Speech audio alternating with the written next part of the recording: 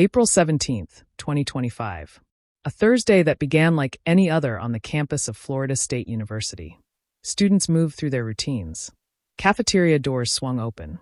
Laptops hummed to life. Conversations echoed down hallways. It was a day full of life, momentum, and movement. But just before noon, that momentum came to a sudden and violent halt. Inside the student union, a place meant for connection, rest, and recharge, something irreversible happened. A gunman entered the building. Within minutes, 2 people were dead. 6 others were wounded. Fear spread faster than anyone could react. And the man responsible? He wasn't a stranger. He wasn't from the outside. His name was Phoenix Ikner, a 20-year-old student enrolled at FSU. A face familiar to many. A presence most considered quiet, maybe even awkward. The kind of person who faded into the background until the moment he didn't. What unfolded in those few minutes shattered lives. But it also revealed a story much larger than the crime itself. A story about a troubled past. A family with layers of silence and structure. A history of warnings that few ever took seriously. And a single moment that made all of it impossible to ignore. Phoenix was born Christian Gunnar Eriksson. He changed his name to Phoenix years later, perhaps hoping to reinvent himself, to escape what came before. But his past never left. Not really. It lingered. It followed. It showed itself in moments that, on their own, seemed small. A look. A comment. A withdrawn gesture. But when those moments added up, they painted something far more complex. This wasn't just about one day. It was about what led to that day. About the kind of pain that doesn't always leave marks. About the quiet moments when someone begins to slip away, one invisible inch at a time. Today, we go deeper. Beyond the headlines. Beyond the breaking news coverage. We explore who Phoenix Ikner was, what shaped him, and how a firearm, once issued to a law enforcement officer sworn to protect, ended up in his hands, in a student building, on a day the university will never forget. This is not just a story of tragedy. It's a story of how many chances we have to ask questions, and how often we miss them. This is the story of the Florida State University shooting. Welcome to Crime Network Files. Thank you for joining us as we uncover the chilling truth behind this story. The events you've just witnessed are only the beginning. There's so much more to uncover, and the investigation is far from over. If you want to stay updated on the latest developments in this case, or dive deeper into other shocking true crime stories that will keep you on the edge of your seat, make sure to subscribe to Crime Network Files and hit the notification bell. That way, you'll never miss a story, a twist, or a revelation. We'd love to hear from you. Tell us where you're watching from and what time you're tuning in. Your thoughts, your support, and your theories mean a lot to us. Could there be something we missed? Is there a detail that you believe could change everything? Let us know in the comments below. Don't forget, share your theories, reflections, and insights. We're always listening. And who knows? Your thoughts could be featured in our next video. Together, we may uncover something we never expected. Florida State University, Tallahassee, Florida. A place that for decades had represented academic excellence, a diverse student body, and vibrant campus life. FSU was home to thousands of young minds full of potential, driven by ambition and dreams. The campus buzzed daily with laughter, chatter, and the kind of hope that only a college environment could produce. Students walked between classes, socialized in the dining halls, and navigated the challenges of university life, as usual. But on April 17th, 2025, the serene pulse of FSU was violently interrupted. A moment that would forever change the lives of its students, staff, and faculty. It started with a noise no one could ignore, a sound that echoed throughout the student union building, turning a typical lunch hour into pure chaos. The sound of gunshots. At 11:56 a.m., Phoenix Ikner, a 20-year-old student, stood in the heart of the student union, a bustling hub for students, where casual conversations, meetings, and lunches came together. But there was nothing casual about what he was about to do. Phoenix was not an outsider, not a stranger who had infiltrated the campus with ill intentions. He was a student, one of their own, seemingly no different than the others, though behind his calm exterior lay a deep well of inner turmoil. A turmoil that, on that day, would erupt violently and unexpectedly. 2 lives would be taken in mere moments, and the lives of many others would be irrevocably altered. The victims, Robert Morales and Tiru Chaba, were just like the thousands of other students and faculty who roamed the campus. They had no idea that day would end in tragedy. Robert Morales, a 57-year-old campus dining coordinator, had worked at FSU for over 2 decades. He wasn't just a fixture of the dining halls, he was a mentor, a beloved figure in the FSU community, known for his quiet dedication and generous heart. He was also a former assistant football coach at Leon High School, where he had helped countless students in the community, both on and off the field. Robert had a passion for teaching, and though he'd retired from coaching, he continued to inspire through his work. Tiru Chaba, a 45-year-old regional vice president at Aramark Collegiate Hospitality, a major food service provider for FSU, was another beloved member of the campus community. Tiru, a father of 2, was a well-respected manager who ensured the smooth running of the dining operations at the university. His impact went far beyond the food he helped provide. He was known for his integrity, kindness, and the relationships he built across FSU's diverse community. On that fateful day, Tiru's life, along with Robert's, was taken suddenly, in a moment no one saw coming. And the shooter? He was Phoenix Ikner, a student whose name would come to symbolize this tragedy forever. Phoenix had always blended into the background at FSU.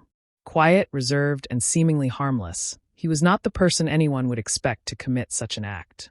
He was known for being the student who kept to himself, the one who sat in the back of the lecture hall, who rarely spoke in class, and who didn't engage in much outside of his academic responsibilities. But while his presence at FSU was understated, his life was anything but. Phoenix had a complicated past that most never knew about.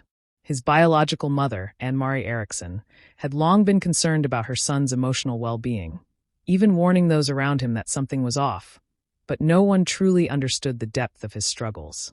He was the stepson of Jessica Ikner, a seasoned deputy with the Leon County Sheriff's Office, who had once worked with the law enforcement community that, ironically, would soon find themselves at the center of the investigation into his actions. The weapon Phoenix used in the shooting belonged to her.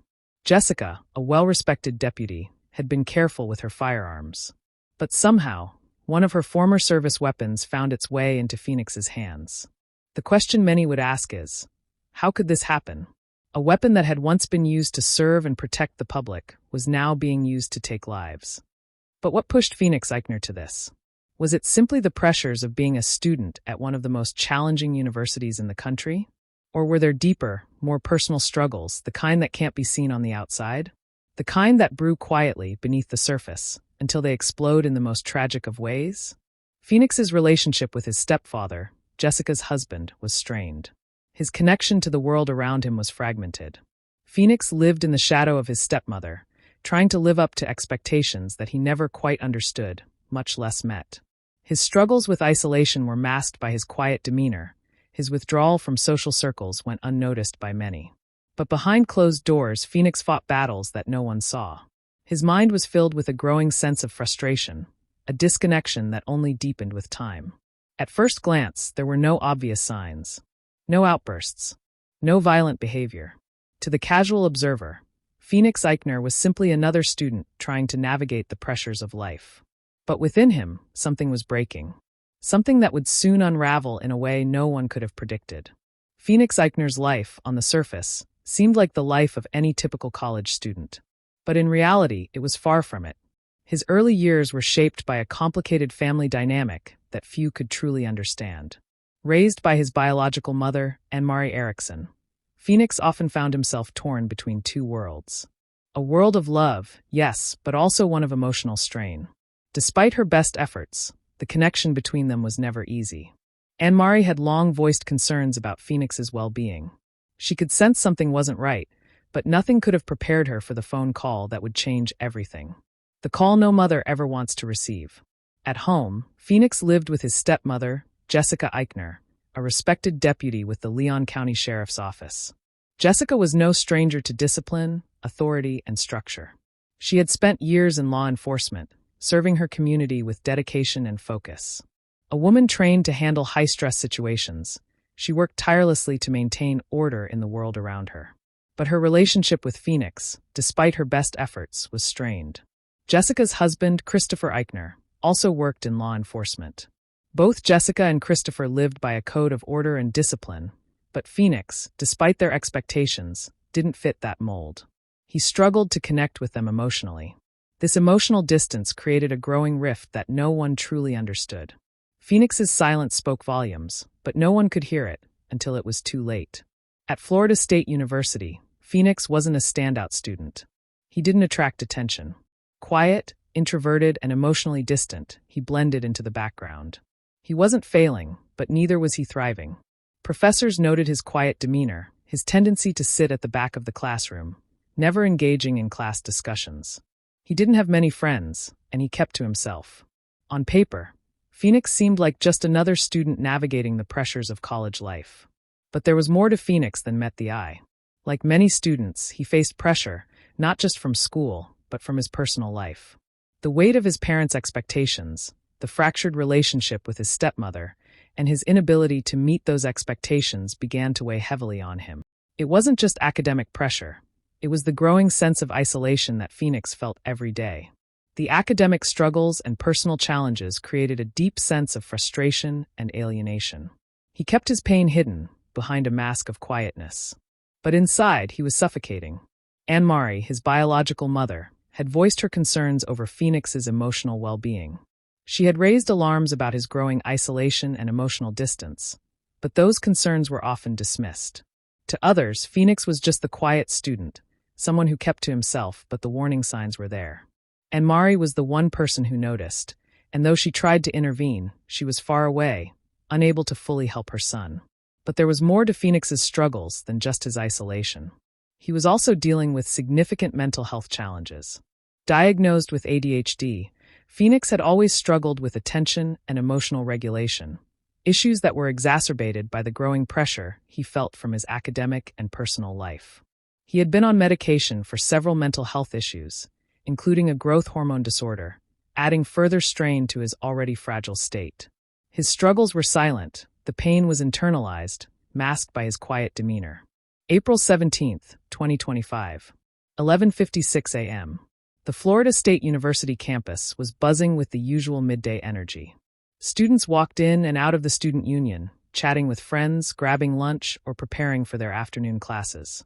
The sounds of casual conversation, laughter, and the clinking of trays filled the air, a typical Thursday on campus, full of potential and promise.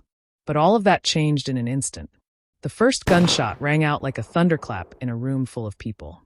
At first, no one knew what was happening. Was it a prank? A drill? But when the second shot followed almost immediately, confusion turned to terror. Phoenix Ikner, a 20-year-old student at Florida State University, had pulled out a firearm inside the student union. The scene was chaotic. The once animated student union fell into immediate pandemonium. Students dropped their trays, their eyes wide with fear as they realized that this was no drill. People screamed, some diving under tables, others rushing toward the exits. The noise of running footsteps, frantic whispers, and cries for help filled the air. Students were trapped, disoriented, unsure where to run or how to protect themselves. Phoenix didn't hesitate. He opened fire. His calm demeanor stood in stark contrast to the chaos around him. The first two victims, Robert Morales and Tira Chaba, were struck immediately by the gunfire. But Phoenix wasn't finished. In those moments, other students were caught in the crossfire. Some were grazed, others wounded in their desperate attempts to flee. The moment the shots rang out, Florida State University fell into chaos. Students scattered, hiding in classrooms and offices, unsure of what was happening or whether they were safe. Campus police rushed to the scene, and the university went into immediate lockdown. In the seconds that followed, the campus became a war zone. Students who were not directly involved with the shooting were left in limbo, waiting for answers that didn't come quickly. Parents, staff, and loved ones tried frantically to reach their children and friends, their calls unanswered or met with automated voicemail. The tension in the air was thick, a palpable fear hanging over the campus. News outlets broadcasted the live scene. Police cars, ambulances, and helicopters circling overhead. But for the students still trapped inside, their survival was a matter of uncertainty. The uncertainty of when the gunman would be caught, and whether they would make it out alive. Minutes stretched into what felt like hours. But soon, the police had the situation under control. Phoenix Ikner, the shooter, was taken into custody without incident. His surrender, almost as quickly as the attack, left many stunned. This was a man who had just killed 2 people, injured several others, and sent an entire campus into terror. But there he was, walking calmly into the hands of law enforcement, almost as if nothing had happened. As the investigation began, police began piecing together the crime scene. But then came the shocking revelation. The weapon Phoenix used was not his own. It wasn't some weapon he had bought off the streets or obtained in some underhanded way. The firearm that killed Robert Morales and Tira Chaba and injured several others had belonged to Jessica Ikner, Phoenix's stepmother. Jessica Ikner, a deputy with the Leon County Sheriff's Office, had served the community for years. The weapon, which was once used to protect and serve, had been legally stored at the family home. Though no longer in active duty, the gun was still accessible. It was meant to be a tool of protection, but now it has become a tool of destruction. A tragic irony that shook everyone who learned of it. The question echoed across the community. How could this happen? How could a weapon that was supposed to protect those around it end up being the instrument of a senseless tragedy? How did Phoenix, the stepson of a law enforcement officer, gain access to a weapon that had been entrusted to someone in authority?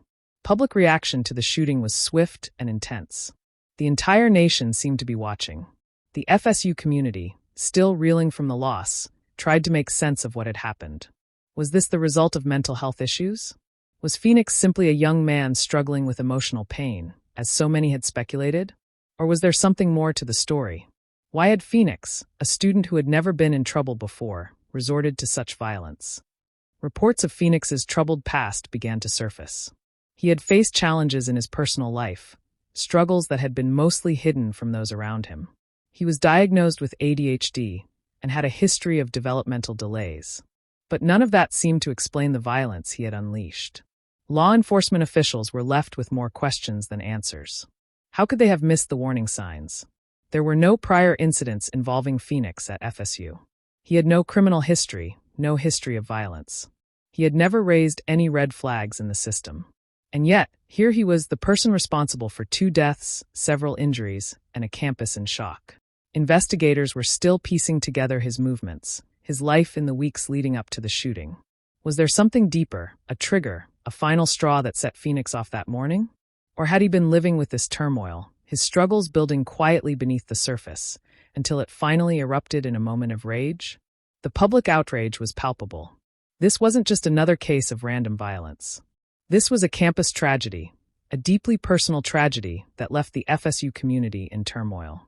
How could a young man, a student, someone who had blended into the crowd, become capable of such horrific acts? What could have pushed him to turn a place of learning, a place of community, into a battlefield? Parents, students, and staff all wondered the same thing. Could this have been prevented? Was there any way to see the signs? Could Phoenix's pain have been noticed and addressed before it led to this violent outburst? In the days and weeks that followed, the questions only deepened. The community mourned the loss of Robert Morales and Tira Chaba, while also grappling with the deep personal pain of knowing that the person who had committed this crime had once been one of their own. As the investigation into Phoenix Ikner's life continued, one thing became clear. This was not a simple case of a lone gunman. It was a tragedy born of complex layers, personal, emotional, and tragically within the family. As we piece together the tragic events at Florida State University, we are left with more questions than answers. The investigation into Phoenix Ikner's life has revealed a complex web of struggles, but it hasn't provided a clear explanation for why he did what he did. Was this a case of a quiet young man snapping under pressure? Or was there something deeper at play? Let's explore the theories. First, let's consider the possibility of mental illness. Phoenix had been diagnosed with ADHD and a growth hormone disorder, both of which could have contributed to a sense of isolation and frustration. But was there something more? Did Phoenix battle an undiagnosed mental illness, one that quietly crept into his psyche over time, unnoticed by those around him? Perhaps there were signs of subtle changes in behavior that were too easily overlooked. Was he struggling with a deeper psychological issue, one that he couldn't voice or express? We may never know for sure, but many experts in the field of mental health believe that this tragedy could be linked to a silent suffering that had been building for years. The lack of emotional support, coupled with his own inner turmoil, may have been a volatile mix that finally erupted on that fateful afternoon. Phoenix had no significant criminal history, and there were no prior warning signs that would have suggested such violent tendencies.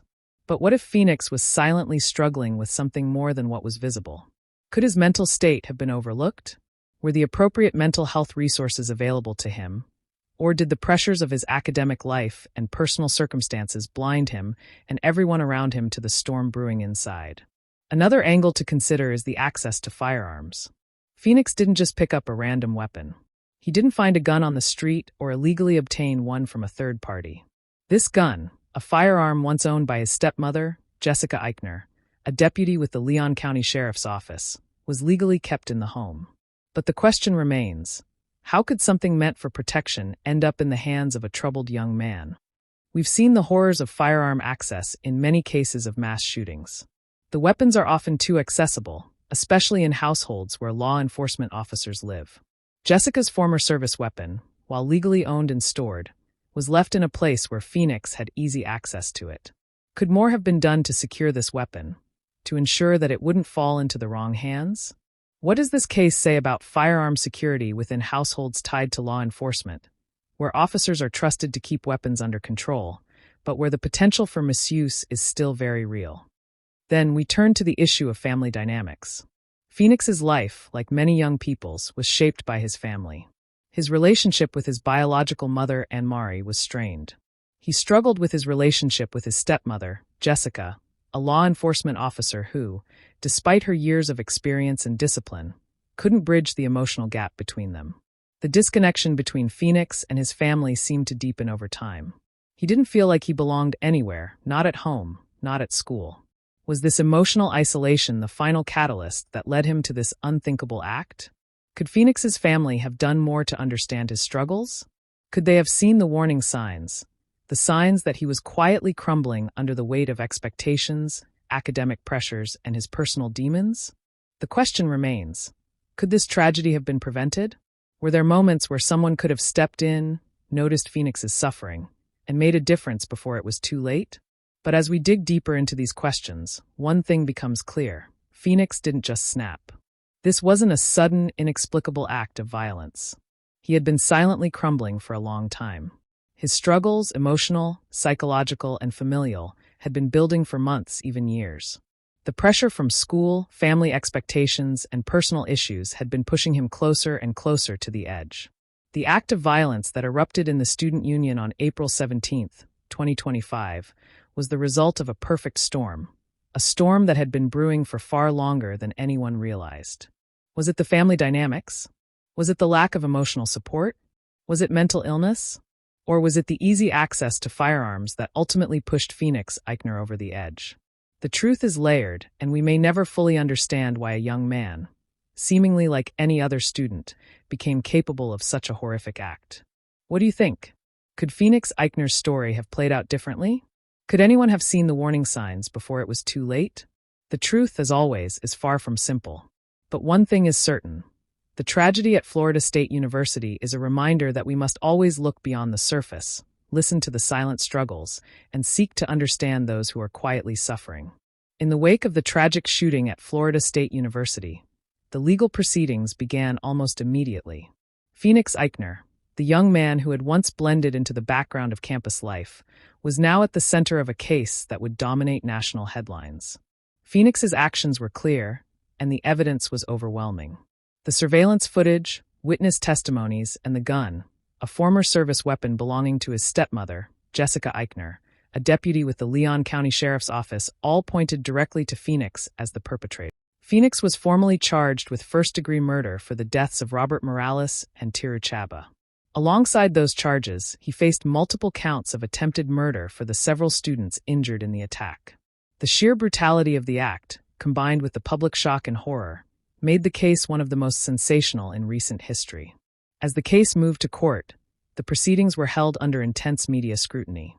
The FSU community, still reeling from the tragedy, watched closely as the legal process unfolded. Some saw Phoenix as a product of his troubled past, while others demanded justice for the lives lost that day. Was Phoenix a victim of circumstance, his actions driven by years of emotional isolation and psychological distress? Or was this a premeditated act, carried out by a man who planned to exact revenge on a world that had ignored him for too long? Phoenix's defense team argued for a psychological evaluation, suggesting that mental health played a critical role in his actions. They pointed to his history of ADHD and emotional struggles, as well as his difficult relationship with his stepmother, Jessica.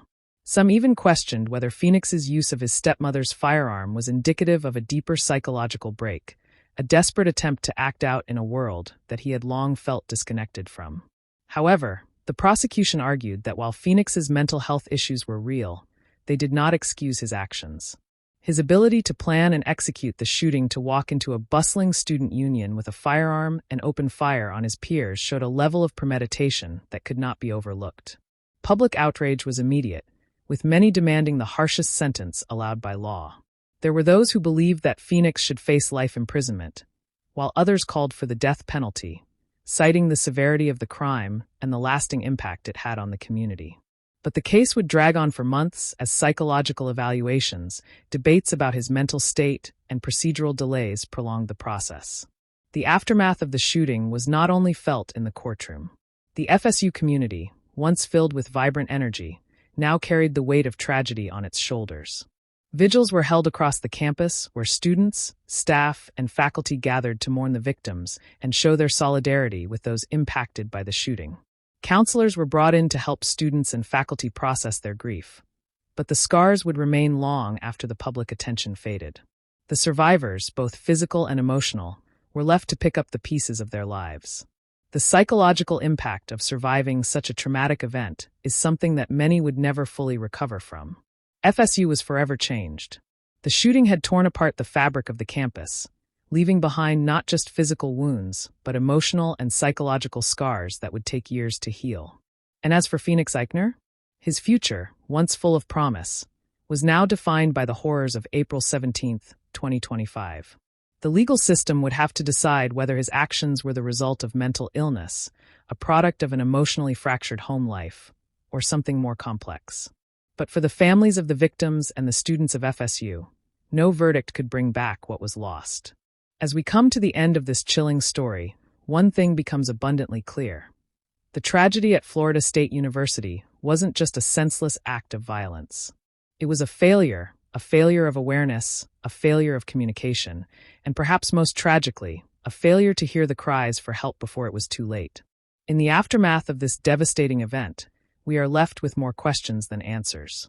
How did a quiet, unassuming student like Phoenix Ikner turn into a killer? What led him to snap, to unleash such unimaginable violence on the very campus he once called home? And most importantly, what could have been done differently? This wasn't a random act of terror. This wasn't a momentary rage that consumed him in the heat of the moment. No, Phoenix's pain had been quietly growing, silently festering under the surface unnoticed. And that silence cost 2 innocent lives. But how many others are out there? How many more Phoenix Ikners are struggling, quietly suffering, with no one to notice? How many are hidden in plain sight, their cries for help ignored, until it's too late? How often do we miss the signs? How many people are out there, silently screaming for help, and we don't even see it? How many are carrying around a heavy weight, just waiting for the right moment to break? What will it take for us to finally look beyond the surface and see what's hidden underneath? What will it take to make sure this never happens again? As we close this story, we ask you not just as viewers, but as human beings to reflect. How many others are quietly suffering, like Phoenix? How can we better recognize the signs before it's too late? Can we create a world where tragedies like this don't have to happen? You've been watching Crime Network Files. If this story moved you, made you think, we need you to help keep this conversation going. Like this video if you believe we can do more to see the signs and take action before it's too late. Subscribe for more in-depth investigations and stay updated on future developments in this case and many others. We'll keep updating you as the investigation continues. Don't miss out on the latest, the new twists, and the unresolved questions. Hit that notification bell so you're always in the loop. We'd love to hear from you. Tell us where you're watching from and what time you're tuning in. Your thoughts, your reflections, and your theories matter to us. Share your perspective in the comments below, and we might feature your insight in our next video. Together, we can learn from these stories, ask the tough questions, and look for the signs others miss. The truth is out there, and we will keep searching for it, and we want you to join us. Thank you for being part of this conversation. Let's make sure we never stop asking why.